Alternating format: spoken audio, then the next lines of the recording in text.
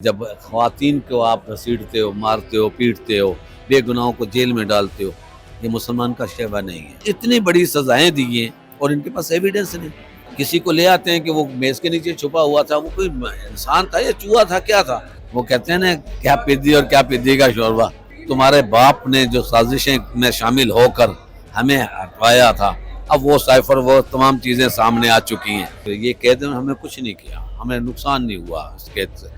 اس سے ہمیں فائدہ یہ ہوا کہ ہماری یونٹی ہو گئی، ہمارے وکلا اکٹھے ہو گئے۔ وہ احساس کمتری کا شکار ہیں جو ہماری سی ایم ہے۔ ٹک ٹاکر ہر جگہ اس نے اپنی تصویر لگا رکھی ہے۔ بسم اللہ الرحمن الرحیم، السلام علیکم۔ گلفام چودھری کی آپ کی خدمت میں حاضر ہے۔ ہم موجود ہیں اس لاہور ہائی کورٹ کے اندر، جہاں پر جسٹس فار عمران خان اور اسیران کے لیے خصوصی طور پر اہتمام کیا گیا ہے۔ محترم افضال عظیم ایڈوکیٹ صاحب ہمارے ساتھ موجود ہیں، ان سے گفتگو بھی کریں گے کہ اس سسٹم نے کس طرح سے ان کو وکٹمائز کیا۔ انہوں نے جیل بھی برداشت کی، سختیاں برداشت کی، اور میں نے ذاتی طور پر بطور صحافی ان کے حلقے کا سروے بھی کیا تھا، جہاں پر ان کی بھاری مارجن سے فتح نظر آ رہی تھی، لیکن کس طرح سے نتائج بدلے گا ان سے بات کریں گے۔ السلام علیکم سر۔ وعلیکم السلام۔ سر بتائیے گا، جس طرح آپ نے الیکشن فائٹ کیا اس کے اندر کیا کیا پرابلمز آئیں؟ پہلے تو آپ سے یہ پوچھنا چاہیں گے نتائج کی تبدیلی کے حوالے سے آپ نے کیا آبزرویشن کی؟ بسم اللہ الرحمن الرحیم، ایاک نعبد و ایاک نستعین۔ گزارش یہ ہے کہ جو الیکشن تھا آپ کے سب کے سامنے تھا، کوشش کری تھی انہوں نے کہ وہ اس الیکشن کو جیت سکتے تھے، مگر میرے حلقے میں واحد ایک ایسا حلقہ تھا کہ جس میں انہوں نے 7 MP میرے نیچے دیے۔ ساتوں کے جو نشانات تھے وہ بھی ڈیفرنٹ تھے، اور کمپین نہیں کرنے دی گئی۔ میں کمپین کرتا رہا، اس کے باوجود الحمدللہ آپ نے ٹی وی پہ دیکھا ہوگا جس وقت شروع سے رزلٹ آ رہا تھا، میں وہاں سے برتری لے رہا تھا، ان حلقوں سے لے رہا تھا جن کو یہ اپنا گڑھ سمجھتے تھے، وہ ان پولنگ سے۔ اور پھر اس کے بعد جو ہونا تھا وہ انہوں نے کر دیا، سارا کچھ انہوں نے بالکل وہاں کرفیو کا سما بنا، اور انہوں نے شہباز شریف کا فارم 47 پر لیا ہے۔ اس کو میں نے چیلنج کیا تھا الیکشن کمیشن میں، اس کے نوٹیفیکیشن کو، تو الیکشن کمیشن نے وہ فیصلہ میرے خلاف دیا جو میں نے اوپر سپریم کورٹ میں چیلنج کیا ہوا ہے۔ ابھی تک میری اپیل پینڈنگ ہے۔ ایک میری 9 مئی کے سلسلے میں بھی اپیل پینڈنگ ہے سپریم کورٹ میں، اس میں بھی سارے چھوڑ کے۔ میری جب میں اسٹینڈ لے رہا تھا، میں ایک ایڈوکیٹ ہوں اور میں اپنا قانونی حق سمجھتا ہوں جو مجھے ملنا چاہیے، میں اس کی جب ایفرٹس کرتا ہوں تو وہ ان کو بڑی دکھتی ہے۔ تو اس کا نتیجہ یہ ہوا کہ انہوں نے ایک فیک مقدمے میں مجھے، جبکہ میں اس دن 9 مئی والے دن اسلام آباد چیف کی کورٹ میں ہوں، میری انٹری ہے، میری وہاں سے رات 11 بجے تک تمام پوسٹیں میری وہاں سے ہوتی چلی گئی۔ میرے ساتھ خالد خورشید جو جی بی کے وزیر اعلیٰ تھے وہ بھی موجود تھے، دیگر ہمارے سینئر وکلا بھی موجود تھے۔ تو اس کے باوجود انہوں نے مجھے یہاں 9 مئی میں مجھ کو، میرے بیٹے اور بھائی کو پھنسایا اور ہمیں سزا دے دی، میرے بھائی کو بھی سزا دی اور مجھے بھی سزا دی۔ تو مجھے پتا تھا یہ سزا دینے کے لیے، اور میں نے ان کی سزا کو فیس کرنا تھا، اور میں چاہ رہا تھا کہ بینگ وکیل میں ان کے اس سارے نظام کو ننگا کروں۔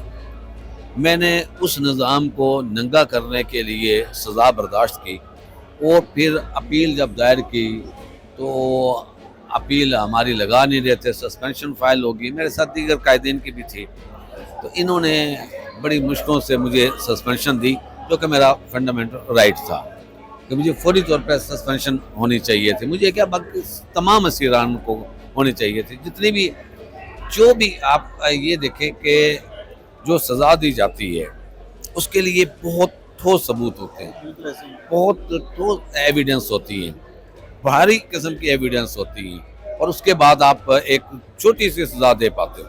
انہوں نے اتنی بڑی سزائیں دی ہیں اور ان کے پاس ایویڈنس نہیں۔ کسی کو لے آتے ہیں کہ وہ میز کے نیچے چھپا ہوا تھا، وہ کوئی انسان تھا یا چوہا تھا، کیا تھا؟ کسی کو لے آتے ہیں کہ جی میں اس جگہ تھا۔ اس طرح نہیں، یہ نظام اس طرح نہیں چل سکتا۔ اچھا، اسی سیٹ کے اوپر شہباز شریف صاحب وزیر اعظم ہیں جی، جو آپ سے وہ ہارے ہوئے ہیں۔ میرے سے جو ہارے ہوئے ہیں سیٹ سے، مجھ سے کیا ہارنا تھا؟ عمران خان صاحب سے ایک میں ورکر ہوں، تو میں ان کا ٹکٹ ہولڈر ہوں، تو یہ سارا ووٹ تو عمران خان کا تھا، وہ ہارے ہوئے تھے، میں نے تو وہ سیٹ عمران خان صاحب کو پیش کرنی تھی۔ تو جب میں اس کے بعد رزلٹ کے بعد خان صاحب سے ملا، انہوں نے بڑے خوشی ہوئی، اس نے کہا مجھے یہ پتا تھا کہ انہوں نے وہاں کسی کو ٹھہرنے نہیں دینا، رزلٹ کا مجھے پتا تھا کہ رزلٹ آپ کو نہیں ملے گا، تو مگر جو تم نے کر دیا، میرا جو قائد ہے مجھ سے بڑا خوش ہوا کہ آپ نے فائٹ کیا اور بڑا درجے سے فائٹ کیا. وہ یہی چاہتے تھے, ورنہ ادروائز اس حلقے کو انہوں نے اس طرح کر دیا تھا کہ یہاں سے انہوں نے بلا مقابلہ آ جانا تھا, جبکہ وہ بلا مقابلہ کیا, مقابلے میں بھی وہ لوز کر گیا. ابھی علی موسیٰ گیلانی نے بھی ایک چیلنج کیا خان صاحب کو, کہہ رہے ہیں میرے خلاف الیکشن لڑیں, کیا کہتے ہیں؟ وہ کہتے ہیں نا کیا پدی اور کیا پدی کا شوربہ, اس سے کہ تمہارے باپ نے جو سازشیں میں شامل ہو کر ہمیں ہٹوایا تھا, اب وہ سائفر وہ تمام چیزیں سامنے آ چکی ہیں. کچھ شرم ہوتی ہے, کچھ حیا ہوتی ہے, اپنی اوقات دیکھو. کسی بھی جگہ یہ دیکھنے کے لیے اپنی کو ہنر کرنا ہے, وہ وہاں خان کے کسی ورکر کا مقابلہ کر لے, وہ کیا اس کے والد کے ساتھ خان کا ایک معمولی ورکر مقابلہ کرتا ہے, اگر وہ جیت جائے, اگر ان کی شورٹیاں اگر ضبط ہو, ہمارا نام بدل دینا. آج کا خاص طور پہ ایونٹ اگر ہم بات کریں جسٹس فار عمران خان, ہم دیکھ رہے ہیں کہ ماضی کی اگر ہم تاریخ کو دیکھیں تو وکلا کا بڑا مؤثر کردار رہا, خواہ وہ عدلیہ کی بحالی ہو, پولیٹیکل وکٹمائزیشن کو روکنا ہو, چادر چارواری کا تقدس کی پامالی کو روکنا ہو. لیکن ابھی ہم دیکھ رہے ہیں کوئی مؤثر ایکٹیویٹی جس طرح سے ماضی میں ہم نے تحریک دیکھی تھی, وہ ہائپ ہمیں دیکھنے کو اس دفعہ نہیں ملی. تو کیا کہنا چاہیں؟ دیکھو جی, اس مرتبہ یہ ہم ماشاء اللہ ہے, پہلے بھی مشرف کی بھی ماشاء اللہ تھی, تو انہوں نے ان چیزوں سے جن سے ان کو شکست ہوئی تھی, ان اپنی خامیوں کو دور کیا. انہوں نے سب سے پہلے ہمارے اندر ایک گروپ تشکیل دے دیا جو کہ ہماری یونٹی کو اکٹھا نہ ہونے دے. پھر انہوں نے عدلیہ میں بھی یہ انتظام کیے. اس طرح انہوں نے اسٹیبلشمنٹ تو پہلے ان کے کنٹرول میں ہوتی تھی, وہ ان حالات پر بنا پر انہوں نے ہمارے وکلا میں جو تفریق پیدا کر دی. جو وکلا کا ایک ہمیشہ یہ رہا ہے کہ وہ قانون اور آئین کی بالادستی جانتے ہیں, مگر ایک ایسے ٹولے کو انہوں نے پروموٹ کر دیا جو جن کا آئین سے اور قانون سے کوئی لنک واسطہ نہیں ہے, ان کو مراعاتیں دی, سارا کچھ دیا, تو اس سے انہوں نے ختم کرنے کی کوشش کی. اور دوسری بات یہ ہے, آپ یہ دیکھ لیں کہ کس طریقے سے بے گناہ انہوں نے ثابت کر دیا, خوف و راز پیدا کرنے کی کوشش کی کہ وکیلوں کو بھی سزا دے کے, جب مجھے جھوٹے مقدمے میں سزا دے سکتے تو ایک وکیلوں کے لیے میسیج آتا ہے. اور مگر میں ایک میسیج وکیلوں کو یہ دیتا ہوں کہ ہم باضمیر تھے, ہم اپنے ضمیر کے مطابق یہ کہہ دیں ہمیں کچھ نہیں کیا, ہمیں نقصان نہیں ہوا اس قید سے. اس سے ہمیں فائدہ یہ ہوا کہ ہماری یونٹی ہو گئی, ہمارے وکلا اکٹھے ہو گئے, ہم نے ایک ثابت کر دیا کہ ہم نے فائٹ کرنی ہے.